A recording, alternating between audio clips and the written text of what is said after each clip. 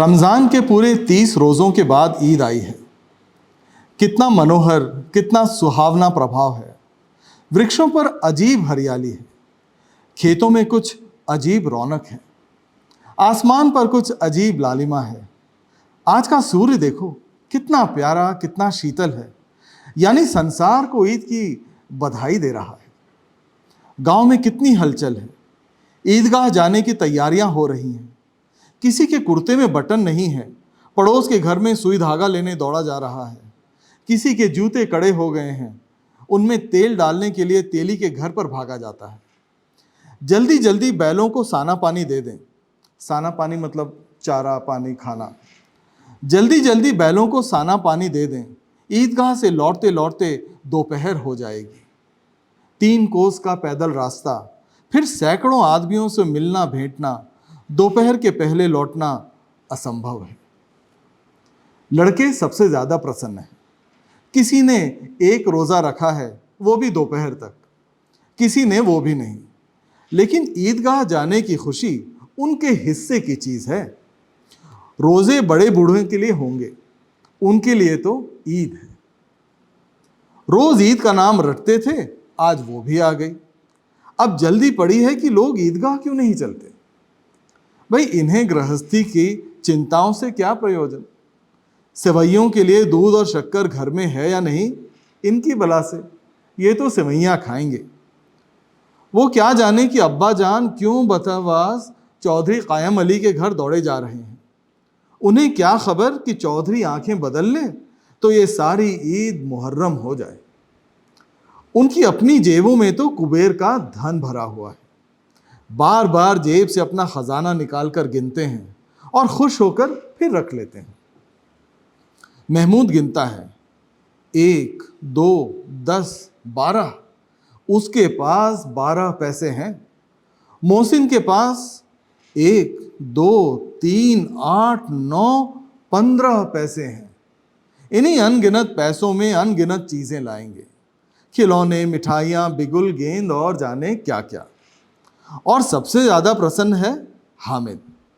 वो 4-5 साल का गरीब सूरत दुबला पतला लड़का, जिसका बाप गत वर्ष हैजे की भेंट हो गया था और मां ना जाने क्यों पीली होती होती एक दिन मर गई। किसी को पता नहीं क्या बीमारी है। कहती तो सुनने वाला कौन था। दिल पर जो कुछ बीतती थी वो दिल में ही सहती थी, और जब ना सहा गया तो संसार से विदा हो गई। अब हामिद अपनी बूढ़ी दादी अमीना की गोद में सोता है और उतना ही प्रसन्न है। उसके अब्बा जान रुपए कमाने गए हैं, बहुत सी थैलियां लेकर आएंगे। अम्मी जान अल्लाह मियाँ के घर से उसके लिए बड़ी अच्छी अच्छी चीजें लाने गई हैं, इसीलिए हामिद प्रसन्न है। आशा तो बड़ी चीज है, और फिर बच्चों की आशा, उनकी कल्पना तो राई का पर्वत बना लेती है।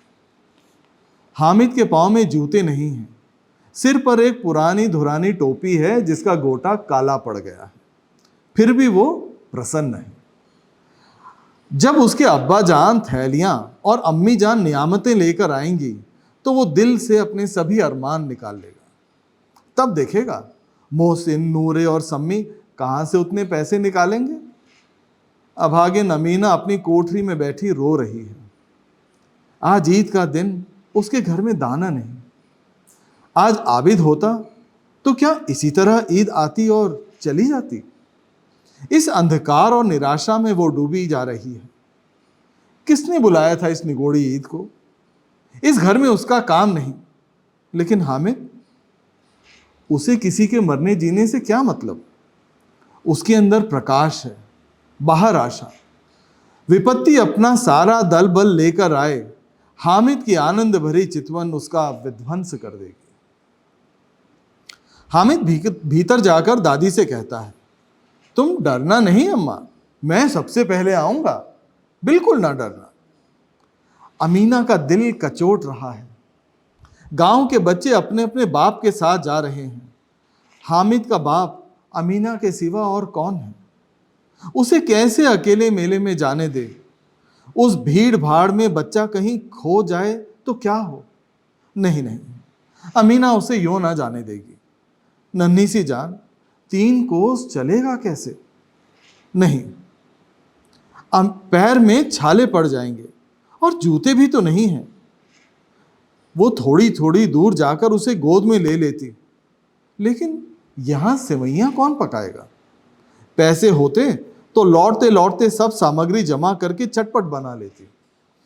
यहां तो घंटों चीजें जमा करते लगेंगे। मांगे का ही तो भरोसा ठहरा। उस दिन फहीमन के कपड़े सिले थे, 8 आने पैसे मिले थे। उस अठन्नी को ईमान की तरह बचाती चली आती थी इसी ईद के लिए। लेकिन कल ग्वालन सर पर ठहर गई तो क्या करती? हामिद के लिए कुछ नहीं है तो 2 पैसे का दूध तो चाहिए ही। अब यही तो बिसात है और ईद का त्योहार। अल्लाह ही बेड़ा पार लगावे। धोबन, नाइन, मेहतरानी और चूड़ी हारिन सभी तो आएंगे। सभी को सेवैयां चाहिए और थोड़ा किसी को आंखों नहीं लगता। भाई किस किस से मुंह चुराएगी? और मुंह क्यों चुराए? साल भर का त्योहार है, जिंदगी खैरियत से रहे, उनकी तकदीर भी तो उसी के साथ है। बच्चे को खुदा सलामत रखे, ये दिन भी कट जाएंगे। गांव से मेला चला और बच्चों के साथ हामिद भी जा रहा था। कभी सब के सब दौड़कर आगे निकल जाते, फिर किसी पेड़ के नीचे खड़े होकर साथ वालों का इंतजार करते। ये लोग इतना धीरे धीरे क्यों चल रहे हैं? हामिद के पैरों में तो जैसे पर लग गए हैं। वो कभी थक सकता है? शहर का दामन आ गया। सड़क के दोनों ओर अमीरों के बगीचे हैं। पक्की 4 दीवारी बनी हुई है। पेड़ों में आम और लीचियां लगी हुई हैं। कभी कभी कोई लड़का कंकड़ी उठाकर आम पर निशाना लगाता है। माली अंदर से गाली देता हुआ निकलता है। लड़के वहां से 1 फरलांग पर है, खूब हंस रहे हैं। माली को कैसा उल्लू बनाया। बड़ी बड़ी इमारतें आने लगी। ये अदालत है, ये कॉलेज है, ये क्लब घर है। इतने बड़े कॉलेज में कितने लड़के पढ़ते होंगे? सब लड़के नहीं हैं जी, बड़े बड़े आदमी हैं। सच, उनकी बड़ी बड़ी मूछें हैं। इतने बड़े हो गए अभी तक पढ़ने जाते हैं। न जाने कब तक पढ़ेंगे और क्या करेंगे इतना पढ़कर। हामिद के मदरसे में 2-3 बड़े बड़े लड़के हैं, बिल्कुल 3 कौड़ी के। रोज मार खाते हैं, काम से जी चुराने वाले। इस जगह भी उसी तरह के लोग होंगे और क्या। क्लब घर में जादू होता है। सुना है यहां मुर्दों की खोपड़ियां दौड़ती हैं और बड़े बड़े तमाशे होते हैं, पर किसी को अंदर नहीं जाने देते। और वहां शाम को साहब लोग खेलते हैं। बड़े बड़े आदमी खेलते हैं, मूंछों दाढ़ी वाले। और मेमे भी खेलती हैं। सच, हमारी अम्मा को ये दे दो, वो क्या नाम है, बैट, तो उसे पकड़ ही ना सके, घुमाते ही लुढ़क जाए। महमूद ने कहा, हमारी अम्मी जान का तो हाथ कांपने लगे, अल्लाह कसम। मोहसिन बोला, चलो मनो आटा पीस डालती हैं, जरा सा बैट पकड़ लेंगी तो हाथ कांपने लगेंगे। सैकड़ों घड़े पानी रोज निकालती हैं। 5 घड़े तो तेरी भैंस पी जाती है। किसी मेम को 1 घड़ा पानी भरना पड़े तो आंखों तले अंधेरा आ जाए। महमूद, लेकिन दौड़ती तो नहीं, उछल कूद तो नहीं कर सकती। मोहसिन, हाँ उछल कूद तो नहीं कर सकती, लेकिन उस दिन मेरी गाय खुल गई थी और चौधरी के खेत में जा पड़ी थी। अम्मा इतनी तेज दौड़ी कि उन्हें मैं भी ना पा सका। सच। आगे चले। हलवाइयों की दुकानें शुरू हो गई। आज खूब सजी हुई थी। इतनी मिठाइयां कौन खाता है? देखो ना, एक एक दुकान पर मनो मिठाइयां होंगी। सुना है रात को जिन्नात आकर खरीद लेते हैं। अब्बा कहते थे कि आधी रात को एक आदमी हर दुकान पर जाता है और जितना माल बचा होता है वो तुलवा लेता है और सचमुच के रुपए देता है, बिल्कुल ऐसे ही रुपए। हामिद को यकीन ना आया। ऐसे रुपए जिन्नात को कहां से मिल जाएंगे? मोहसिन ने कहा, जिन्नात को क्या कमी, जिस खजाने में चाहे चले जाए, लोहे के दरवाजे तक उन्हें नहीं रोक सकते जनाब। आप हैं किस फेर में, हीरे जवाहरात तक रहते हैं उनके पास, जिससे खुश हो जाएं उसे टोकरों जवाहरात दे दिए, अभी यहीं बैठे हैं और 5 मिनट में कलकत्ता पहुंच जाएं। हामिद ने फिर पूछा, जिन्नात बहुत बड़े बड़े होते हैं? मोहसिन, एक एक का सर आसमान के बराबर होता है जी, जमीन पर खड़ा हो जाए तो उसका सर आसमान से जा लगे, मगर चाहे तो एक लोटे में घुस जाए। हामिद, लोग उन्हें कैसे खुश करते होंगे? कोई मुझे ये मंत्र बता दे तो एक जिन्न को मैं भी खुश कर लूं। मोहसिन, अब भाई ये तो मैं नहीं जानता, लेकिन चौधरी साहब के काबू में बहुत से जिन्नात हैं। कोई चीज चोरी जाए, चौधरी साहब उसका पता लगा लेंगे और चोर का नाम बता देंगे। जुमराती का बछवा उस दिन खो गया था। 3 दिन हैरान हुए, कहीं ना मिला। तब झक मारकर चौधरी के पास गए। चौधरी ने तुरंत बता दिया, मवेशी खाने में है, और वहीं मिला। जिन्नात आकर उन्हें सारे जहान की खबर दे देते हैं। अब उसकी समझ में आ गया कि चौधरी के पास क्यों इतना धन है और क्यों उनका इतना सम्मान है। आगे चले, ये पुलिस लाइन है, यही सब कांस्टेबल कवायद करते हैं। राइटन 5-4, रात को बेचारे घूम घूम कर पहरा देते हैं, नहीं चोरियां हो जाए। मोहसिन ने प्रतिवाद किया, ये कांस्टेबल पहरा देते हैं? तभी तुम जानते हो, अभी तुम बहुत जानते हो अजी हजरात, ये चोरी करते हैं। शहर के जितने चोर डाकू हैं सब इनसे मिले रहते हैं। रात को ये लोग चोरों से तो कहते हैं चोरी करो, और आप दूसरे मोहल्ले में जाकर जागते रहो जागते रहो पुकारते हैं। तभी इन लोगों के पास इतने रुपए आते हैं। मेरे मामू एक थाने में कांस्टेबल हैं, 20 रुपया महीना पाते हैं, लेकिन 50 रुपए घर भेजते हैं।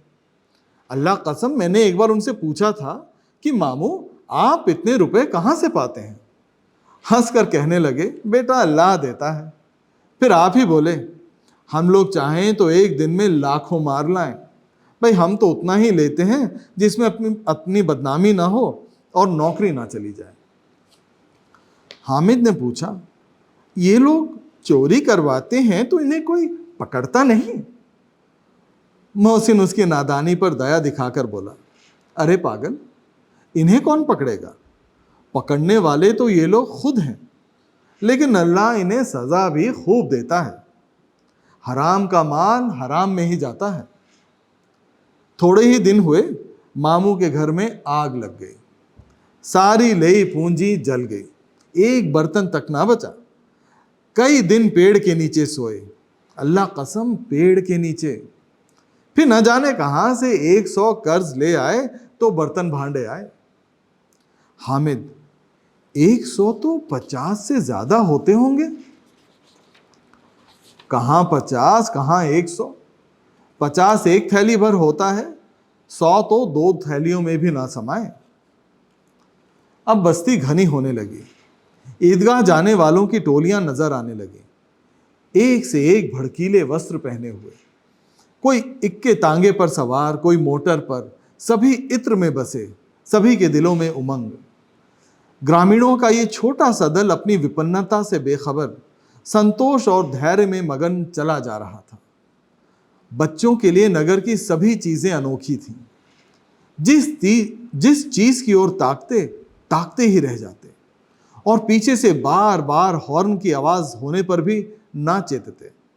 हामिद तो मोटर के नीचे आते आते बचा। सहसा ईदगाह नजर आई।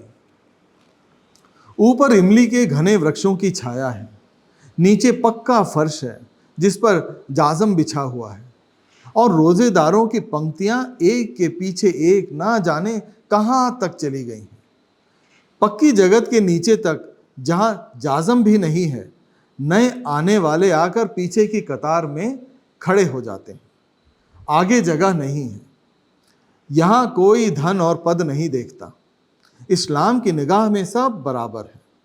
इन ग्रामीणों ने भी वजू किया और पिछली पंक्ति में खड़े हो गए।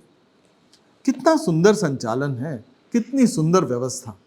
लाखों सर एक साथ सजदे में झुक जाते हैं, फिर सब के सब एक साथ खड़े हो जाते हैं, एक साथ झुकते हैं और एक साथ घुटनों के बल बैठ जाते हैं। कई बार यही प्रक्रिया होती है, जैसे बिजली की लाखों बत्तियां एक साथ प्रदीप्त हों और एक साथ बुझ जाएं, और यही क्रम चलता रहता है।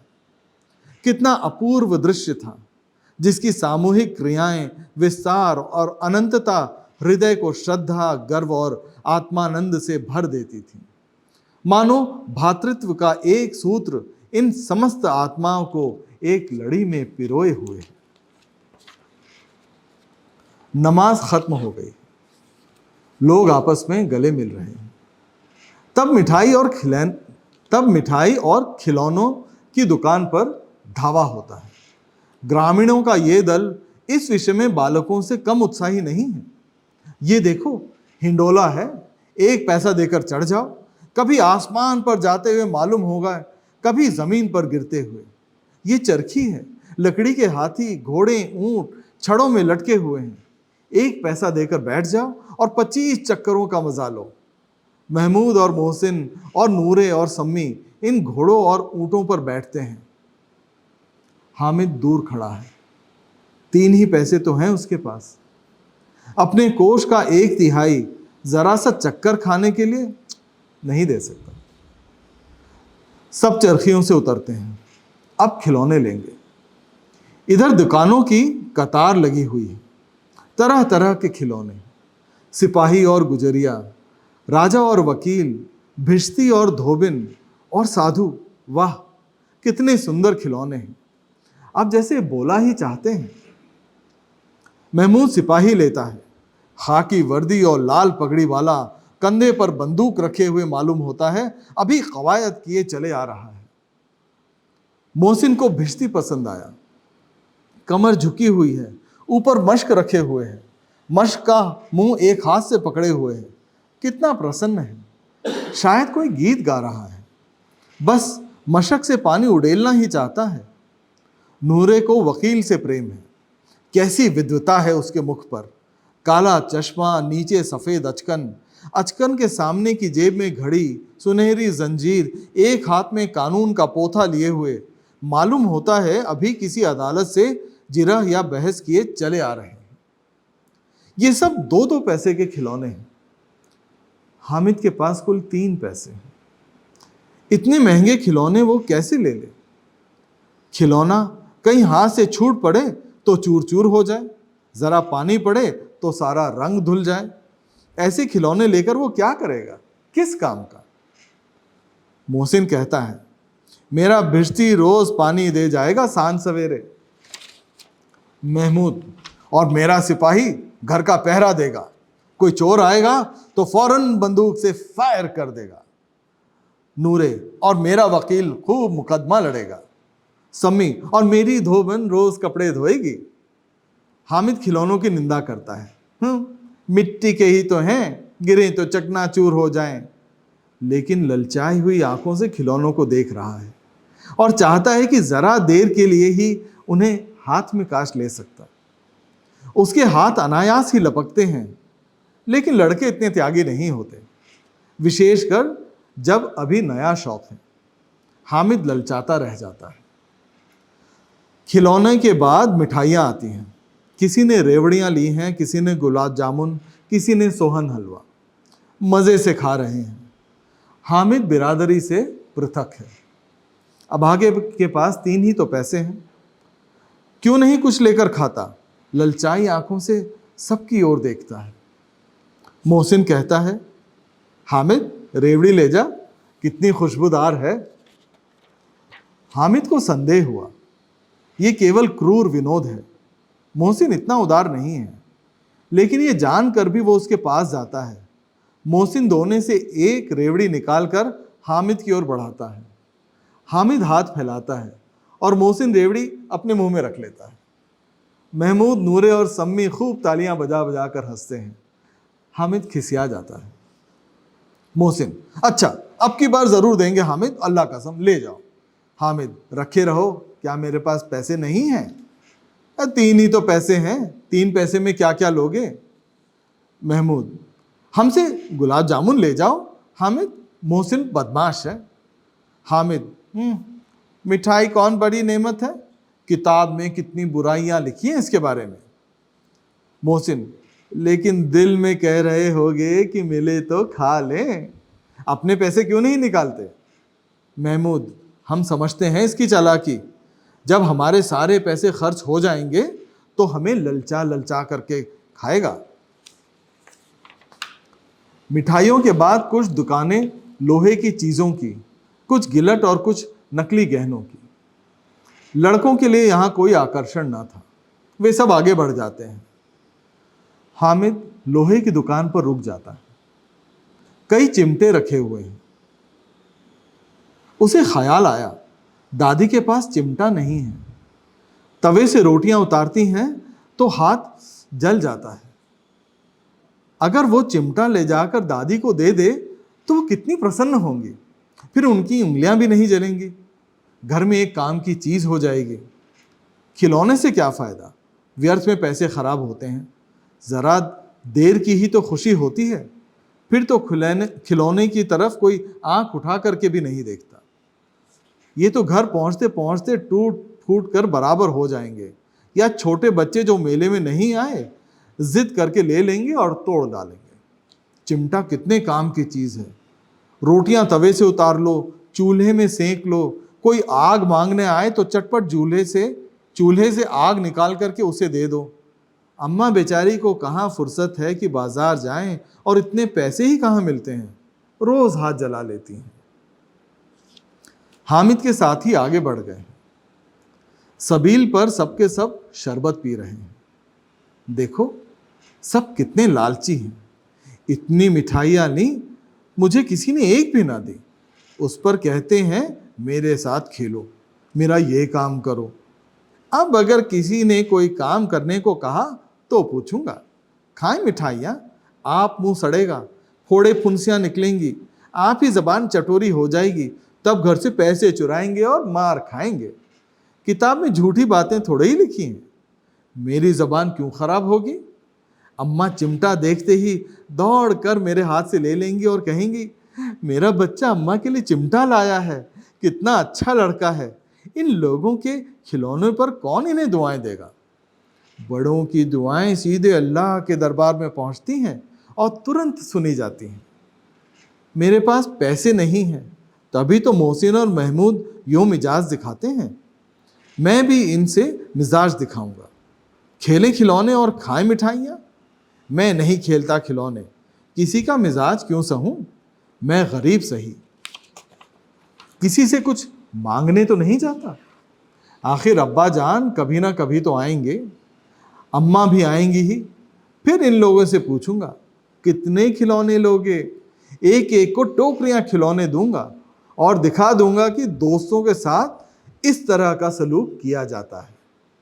ये नहीं कि एक पैसे की रेवड़ियां ली तो चिढ़ा चिढ़ा कर खाने लगे। सब के सब खूब हंसेंगे कि हामिद ने चिमटा लिया है। हंसे मेरी बला से। उसने दुकानदार से पूछा, ये चिमटा कितने का है? दुकानदार ने उसकी ओर देखा और कोई आदमी साथ न देखकर कहा, तुम्हारे काम की चीज नहीं है जी। बिकाऊ है कि नहीं? बिकाऊ क्यों नहीं है, और यहां क्यों लाद लाए हैं? Water bottle please.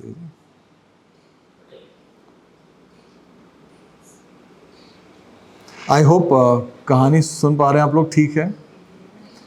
जरूर। किसी को पानी वानी चाहिए तो प्लीज सर, आई थिंक नहीं मैं तो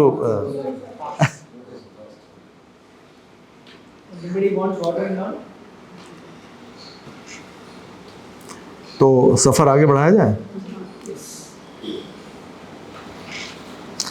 दुकानदार ने उसकी ओर देखा और कोई आदमी ना साथ देकर कहा, तुम्हारे काम का नहीं है जी।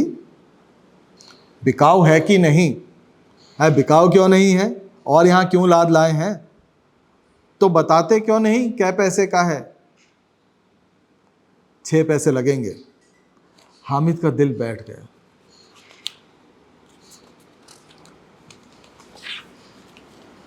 अच्छा ठीक ठीक, 5 पैसे लगेंगे, लेना है तो लो, नहीं तो चलते बनो। हामिद ने कलेजा मजबूत करके कहा, 3 पैसे लोगे? और ये कहता हुआ वो आगे बढ़ गया कि दुकानदार की घुड़कियां ना सुननी पड़े। लेकिन दुकानदार ने घुड़कियां नहीं दी, बुलाकर चिमटा दे दिया। हामिद ने उसे इस तरह कंधे पर रखा मानो बंदूक है, और शान से अकड़ता हुआ अपने संगियों के पास आया। जरा सुने सबके सब क्या क्या आलोचनाएं करते हैं। मोहसिन ने हंसकर कहा, ये चिमटा क्यों लाया है पगले, इसका क्या करेगा? हामिद ने चिमटे को जमीन पर पटक कर कहा, जरा अपने भिश्ती जमीन पर गिरा दो, सारी पसलियां चूर चूर हो जाएंगी बच्चों की। महमूद बोला, अरे तो ये चिमटा कोई खिलौना है? हामिद, खिलौना क्यों नहीं, अभी कंधे पर रखा बंदूक हो गई, हाथ में ले लिया तो फकीरों का चिमटा हो गया। चाहूं तो इससे मंजीरे का भी काम ले सकता हूं। एक चिमटा जमा दूं तो तुम लोगों के सारे खिलौनों की जान निकल जाए। तुम्हारे खिलौने कितना ही जोर लगाएं, मेरे चिमटे का बाल भी बांका नहीं कर सकते। मेरा बहादुर शेर है चिमटा। सम्मी ने खंजरी ली थी, प्रभावित होकर बोला, मेरी खंजरी से बदलोगे? 2 आने की है। हामिद ने खंजरी की ओर उपेक्षा की दृष्टि से देखा। मेरा चिमटा चाहे तो तुम्हारी खंजरी का पेट फाड़ डाले। बस एक चमड़ी की झिल्ली लगा दी, ढप ढप बोलने लगी, जरा पानी लग जाए तो सब खत्म हो जाए। मेरा बहादुर चिमटा आग में, आंधी में, पानी में, तूफान में बराबर डट कर खड़ा रहेगा। चिमटे ने सभी को मोहित कर लिया था। अब पैसे किसके पास धरे हैं? फिर मेले से दूर निकल आए हैं, 9 कब के बज गए, धूप तेज हो रही है, घर पहुंचने की जल्दी हो रही है।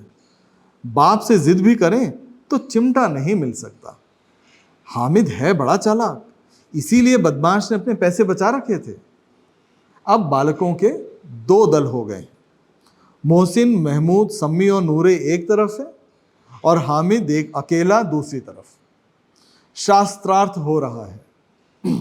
सम्मी तो विधर्मी हो गया, दूसरे पक्ष से जा मिला, लेकिन मोहसिन, महमूद और नूरे भी हामिद से 1-1, 2-2 साल बड़े होने पर भी हामिद के आघातों से आतंकित हो उठे हैं। उसके पास न्याय का बल है और नीति की शक्ति।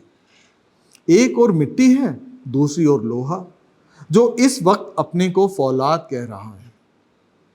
वो अजेय है, घातक है। अगर कोई शेर आ जाए तो मियां हामिद ने मुंह चिढ़ाकर कहा, ये बेचारे हम बहादुर रुस्तमे हिंद को पकड़ेंगे। अच्छा लाओ, अभी जरा कुश्ती हो जाए, इसकी सूरत देखकर दूर से भागेंगे, पकड़ेंगे क्या बेचारे। मोहसिन को एक नई चूट सूझ गई, तुम्हारे चिमटे का मुंह रोज आग में जलेगा। उसने समझा था कि हामिद लाजवाब हो जाएगा, मगर यह बात ना हुई। हामिद ने तुरंत जवाब दिया, आग में बहादुर ही कूदते हैं जनाब।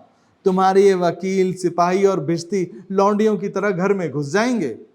आग में कूदना वो काम है जो रुस्तमे हिंद ही कर सकता है। महमूद ने एक और जोर लगाया, वकील साहब कुर्सी मेज पर बैठेंगे, तुम्हारा चिमटा तो बावर्ची खाने में जमीन पर पड़ा रहेगा। इस तर्क ने सम्मी और नूरे को भी सजीव कर दिया। कितने ठिकाने की बात कही है पट्टे ने। चिमटा बावर्ची खाने में पड़ा रहने के सिवाय और कर भी क्या सकता है। हामिद को कोई फड़कता हुआ जवाब ना सूझा तो उसने धांधली शुरू कर दी, मेरा चिमटा बावर्ची खाने में नहीं रहेगा। वकील साहब कुर्सी पर बैठेंगे तो जाकर उन्हें जमीन पर पटक देगा और उनका कानून उनकी पेट में डाल देगा। बात कुछ बनी नहीं, खासी गाली गलौच थी, लेकिन कानून को पेट में डालने वाली बात छा गई। ऐसी छा गई कि तीनों सूरमा मुंह ताकते रह गए, मानो कोई धेलचा कनकौआ किसी गंडे वाले कनकौए को काट गया हो। कानून मुंह से बाहर निकलने वाली चीज है, उसको पेट के अंदर डाल दिया जाए, इतनी बेतुकी सी बात होने पर भी कुछ न्यायपन रखती है। हामिद ने मैदान मार लिया। उसका चिमटा रुस्तमे हिंद है। अब इसमें मोहसिन, महमूद, नूरे, सिम्मी किसी को भी आपत्ति नहीं हो सकती। विजेता को हारने वालों से जो सत्कार मिलना स्वाभाविक है, वो हामिद को भी मिला। औरों ने 3-3, 4-4 आने पैसे खर्च किए, पर कोई काम की चीज ना ला सके। हामिद ने 3 पैसे में रंग जमा लिया। सच ही तो है, खिलौनों का क्या भरोसा, टूट फूट जाए। हामिद का चिमटा तो बना रहेगा बरसों। संधि की शर्तें तय होने लगी। मोहसिन ने कहा, जरा अपना चिमटा दे दो, हम भी देखें। तुम हमारा बश्ती लेकर के देखो। महमूद और नूरे ने भी अपने अपने खिलौने पेश किए। हामिद को इन शर्तों को मानने में कोई आपत्ति न थी। चिमटा बारी बारी से सबके हाथ में गया और उनके खिलौने बारी बारी से हामिद के हाथ में आए। कितने खूबसूरत खिलौने हैं। हामिद ने हारने वालों के आंसू पोंछे। मैं तो तुम्हें चिढ़ा रहा था, सच। ये चिमटा भला इन खिलौनों की क्या बराबरी करेगा। मालूम होता है अब बोले।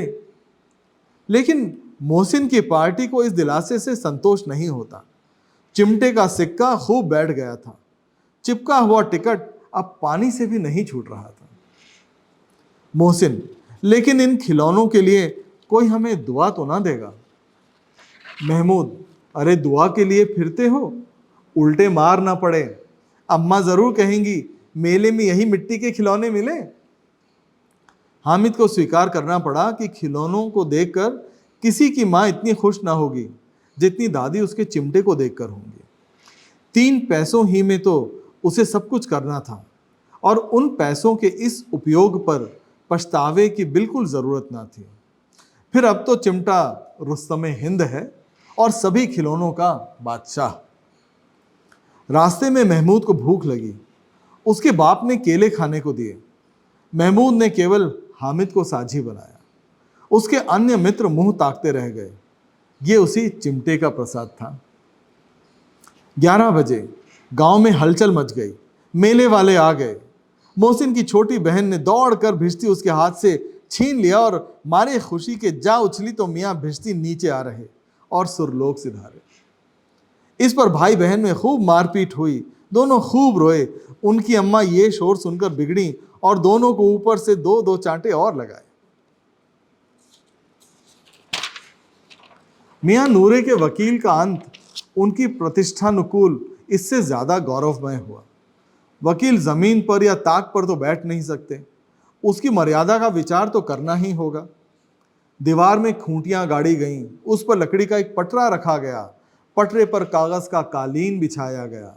वकील साहब राजा भोज की भांति सिंहासन पर विराजे। नूरे ने उन्हें पंखा झलना शुरू किया। अदालतों में खस की टट्टियां और बिजली के पंखे रहते हैं। यहाँ मामूली पंखा भी ना हो? कानून की गर्मी दिमाग पर चढ़ जाएगी कि नहीं? चोट से वकील साहब स्वर्गलोक से मृत्युलोक में आ रहे। उनका माटी का चोला माटी में मिल गया। फिर बड़े जोर शोर से मातम हुआ और वकील साहब की अस्थि घूरे पर डाल दी गई। घूरे पर यानी कचरे में डाल दी गई। अब रहा महमूद का सिपाही। उसे चटपट गांव का पहरा देने का चार्ज मिल गया। लेकिन पुलिस का सिपाही कोई साधारण व्यक्ति तो नहीं जो अपने पैरों चले। वो पालकी पर चलेगा। एक टोकरी आई। उसमें कुछ लाल रंग के फटे पुराने चीचड़े बिछाए गए जिसमें सिपाही साहब आराम से लेटे। नूरे ने यह टोकरी उठाई और अपने द्वार का चक्कर लगाने लगा। उनके दोनों छोटे भाई सिपाही की तरह छोने वाले जागते लहो, छोने वाले जागते लहो पुकारते चलते हैं। मगर रात तो अंधेरी ही होनी चाहिए। महमूद को ठोकर लग जाती है। टोकरी उसके हाथ से छूटकर गिर पड़ती है और मियां सिपाही अपनी बंदूक लिए जमीन पर आ जाते हैं और उनकी एक टांग में विकार आ जाता है। महमूद को आज ज्ञात हुआ कि वो एक अच्छा डॉक्टर है। उसको ऐसा मरहम मिल गया है जिससे वो टूटी टांग को आनन फानन जोड़ सकता है। केवल गूलर का दूध चाहिए। गूलर का दूध आता है। टांग जवाब दे देती है। शल्य क्रिया असफल हुई। तब उसकी दूसरी टांग भी तोड़ दी जाती है। अब कम से कम एक जगह आराम से तो बैठ सकता है। एक टांग से तो न चल सकता था न बैठ सकता था। अब वो सिपाही सन्यासी हो गया, अपनी जगह पर बैठा बैठा पहरा देता है, कभी कभी देवता भी बन जाता है। उसके सर पर उसके सिर का झालरदार साफा खुरच दिया गया है। अब उसका जितना रूपांतर चाहो कर सकते हो। कभी कभी तो उससे बाट का काम भी लिया जाता है। अब मियां हामिद का हाल सुनिए। अमीना उसकी आवाज सुनते ही दौड़ी और उसे गोद में उठाकर प्यार करने लगी। सहसा उसके हाथ में चिमटा देखकर वो चौंकी। ये चिमटा कहाँ था? मैंने मोल लिया है। क्या पैसे में? 3 पैसे दिए। अमीना ने छाती पीट ली। ये कैसा बेसमझ लड़का है कि दोपहर हुआ, कुछ खाया ना पिया, लाया क्या चिमटा? अरे सारे मेले में तुझे और कोई चीज ना मिली जो ये लोहे का चिमटा उठा लाया? हामिद ने अपराधी भाव से कहा, तुम्हारी उंगलियां तवे से जल जाती थी ना, इसीलिए मैंने लिया। बुढ़िया का क्रोध तुरंत स्नेह में बदल गया, और स्नेह भी वो नहीं जो प्रगल्भ होता है और अपनी सारी कसक शब्दों में बिखेर देता है। ये मूक स्नेह था, खूब ठोस, रस और स्वाद से भरा हुआ। बच्चे में कितना त्याग, कितना सद्भाव और कितना विवेक है।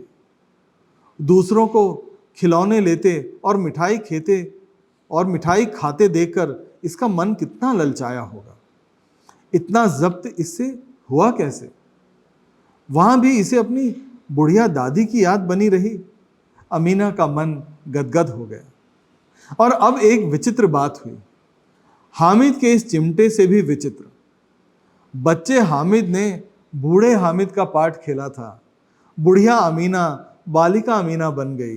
वो रोने लगी, दामन फैलाकर हामिद को दुआएं देती जाती थी और आंसू की बड़ी बड़ी बूंदें गिराती जाती थी। हामिद इसका रहस्य क्या समझता? हामिद इसका रहस्य क्या समझता?